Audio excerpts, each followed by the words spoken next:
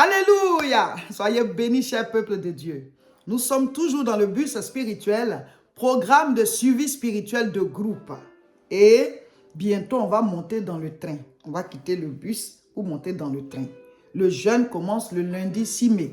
Donc, parlez à vos ventes dès maintenant. Parlez à vos ventes dès maintenant. On rentre en jeûne. On va accélérer. On va prendre le train. Amen. Et dans notre programme, le bus spirituel, aujourd'hui, lundi 15 avril 2024, nous lisons Actes chapitre 15. Actes chapitre 15. Vous pouvez mettre en commentaire ce que vous avez compris. Je vais lire quelques versets. Actes chapitre 15 à partir du verset 1. Quelques hommes venus de Judée enseignaient les frères en disant, « Si vous n'êtes circoncis selon le rite de Moïse, vous ne pouvez être sauvés. » Paul et Barnabas eurent avec eux un débat et une vive discussion. Et les frères décidèrent que Paul et Barnabas et quelques-uns des leurs monteraient à Jérusalem vers les apôtres et les anciens pour traiter de cette question. Vous savez, de la manière dont il y a souvent aussi des polémiques entre nous, les chrétiens de cette génération, sur certaines questions, eux aussi, ils avaient ces cas-là. Jésus était mort, ressuscité, et il était déjà parti au ciel, et il avait laissé le travail aux apôtres et aux disciples. Il dit d'aller faire de toutes les nations des disciples. Et entre-temps, l'apôtre Paul, voilà, qui était Saul, il s'est converti. Lui qui avait été déjà formé dans la parole au pied des pharisiens, les Gamaliel et tout ça, et il a reçu maintenant la révélation du Christ, et il est devenu aussi un apôtre. Donc, ils allaient de lieu en lieu pour prêcher la parole. Donc, ils étaient entre les deux manières de prier.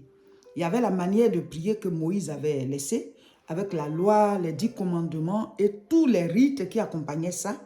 Et Christ était venu pour dire que ce n'est pas qu'il est venu effacer la loi ou bien dire que la loi n'est pas de Dieu, mais il est venu accomplir la loi. Parce que tout ce que les gens devaient faire avant, ce que Moïse avait expliqué de la part de Dieu, en fait, c'était pour préparer l'avènement du Messie.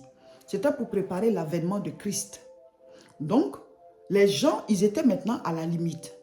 Jésus est venu, certains croient que c'était Jésus le Messie, et d'autres n'ont pas cru du tout que c'était lui le Messie. Donc, eux, ils ont continué les rituels que Moïse a laissés. Et jusqu'à présent, il y a certains qui continuent, parce que pour eux, le Messie n'est pas encore venu et qu'il va venir après. Alors qu'il est déjà venu, et maintenant, il reviendra pour la fin. Donc, ceux-là, ils se sont retrouvés face à cette discussion. On dit, bon, voici jusqu'à présent ce qu'on faisait comme rituel. Il fallait circoncire les hommes. Parmi tous les rites qu'ils devaient faire, il y avait aussi la circoncision.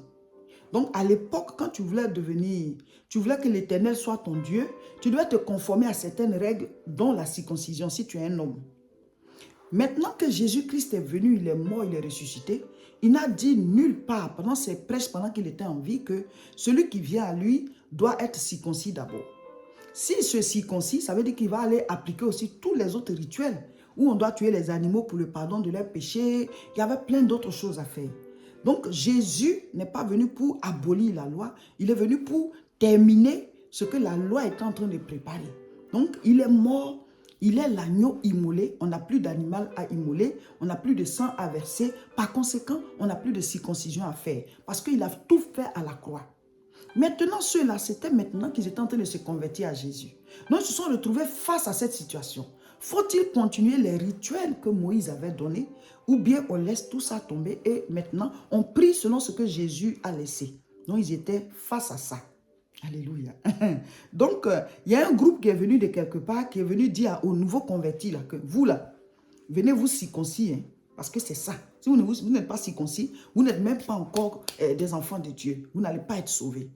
Et les anciens qui étaient là, qui avaient déjà prêché, ils disent non. Jésus est venu, il n'a pas parlé de circoncision et de tous les autres rituels. Il dit, il est venu accomplir la loi. Donc, il n'a pas parlé de circoncision. Maintenant, ils sont sauvés par la grâce. Ils n'ont pas de circoncision à faire. Et c'est devenu une vive discussion. Parce que les autres étaient encore dans les rituels que Moïse avait donnés.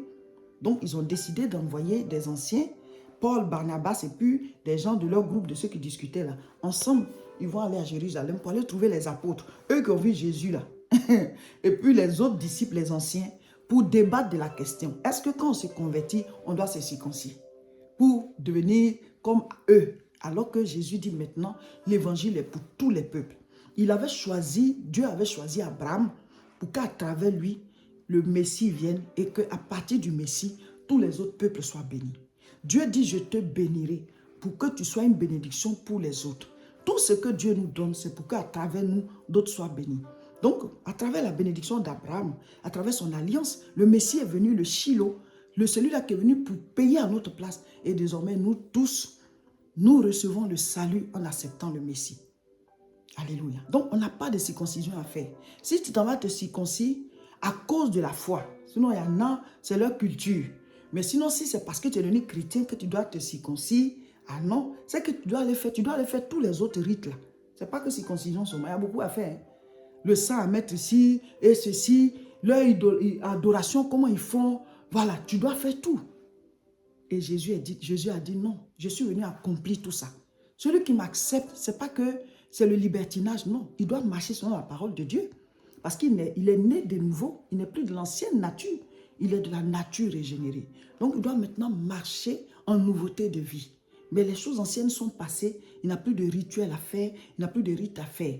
Il m'accepte, ses péchés sont pardonnés. Et désormais, il vit comme si c'était moi qui vivais en lui. Il vit comme si c'était moi qui marchais à travers lui. C'est comme ça. Alléluia. Donc, c'est intéressant. Il faut lire jusqu'au bout et mettez en commentaire ce que vous avez compris. Alléluia. En tout cas, on est bénis dans le bus. Il y a les enseignements et chacun de nous doit prier.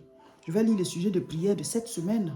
Dans notre programme, le bus spirituel, programme de suivi spirituel de groupe, du lundi 15 aujourd'hui jusqu'au dimanche 21 avril, nous devons lire Actes chapitre 15 jusqu'à Actes chapitre 21. Et le sujet de prière est « Par ma croissance, je suis une source de bénédiction pour ma famille et ma génération au nom de Jésus. » Cette semaine, c'est ça. C'est une proclamation. Nous devons proclamer cette semaine que par ma croissance, je suis une source de bénédiction pour ma famille et ma génération au nom de Jésus. Par ma croissance, je suis une source de bénédiction pour ma famille et ma génération au nom de Jésus. Proclame-le pendant que tu pries. Tu dois être une source de bénédiction pour ta famille et ta génération par ta croissance. Et tu dois continuer de croître pour pouvoir sortir de toi tout ce que Dieu a caché en toi, tout ce qu'il a mis en toi. En t'envoyant sur terre, tu dois dévoiler cela au fur et à mesure et tu dois être une source de bénédiction autour de toi et à travers le monde et pour ta génération. Et c'est ça que Dieu veut. Quand tu réussis, Dieu est content. Amen. Donc proclame-le et lis la parole que tu dois lire chaque jour, le chapitre de chaque jour et mets en commentaire ce que tu as compris. Nous sommes bénis dans ce programme dénommé le bus spirituel et bientôt on va rentrer en jeûne de prière de 21 jours à partir du lundi 6 mai.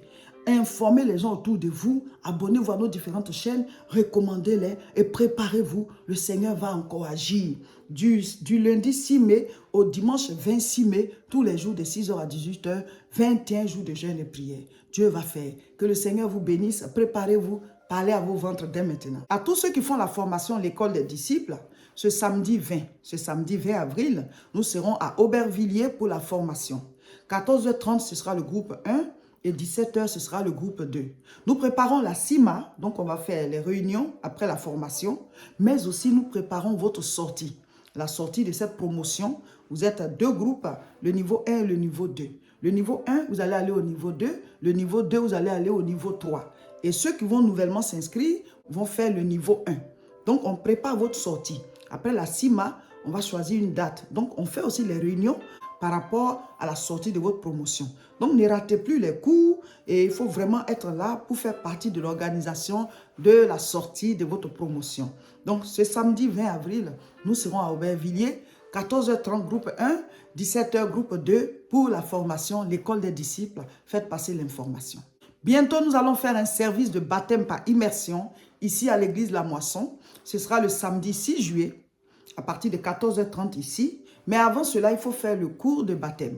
Donc, vous pouvez vous inscrire au cours voilà, sur notre WhatsApp qui s'affiche 0033 7 51 51 25 16. Donc, les cours, c'est par voilà, WhatsApp. Vous restez où vous êtes. On vous envoie les cours. Vous répondez aux questions. Et après, on s'organise. Et le jour, là, vous êtes ici pour faire votre baptême. Et le lendemain, dimanche, il y a un culte spécial où on prend la Sainte Seine ensemble avec les nouveaux baptisés. Un culte d'action de grâce du baptême. Donc, préparez-vous. Dimanche 7, ce sera le culte. Mais déjà, samedi 6, on fait le baptême l'après-midi. Donc, inscrivez-vous à ce numéro et vous allez commencer à prendre les cours. Nous sommes en train de préparer une grande conférence internationale.